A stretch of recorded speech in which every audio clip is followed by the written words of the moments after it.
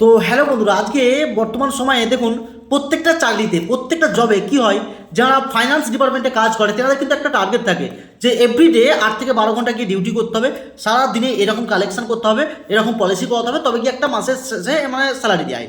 আর যারা ফ্যাক্টরিতে জব করেন, যারা 8 ঘন্টা 12 ঘন্টা জব করে মাসে 12 থেকে 15 হাজার টাকা ইনকাম করেন, তেনাদেরকেও কিন্তু পার ডে গিয়ে ডিউটি করতে হয়, কাজ করতে হয়, তবে গিয়ে তেনারা ইনকাম পায়।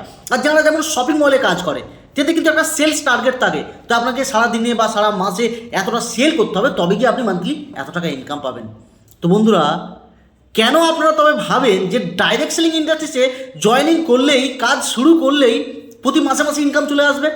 কেন এই কথাটা অ্যাকচুয়ালি যারা চিন্তা ভাবনা করেন, কেন করেন যে ডাইরেক্ট সেলিং ইন্ডাস্ট্রিতে জয়েনিং করলেই ইনকাম আসে?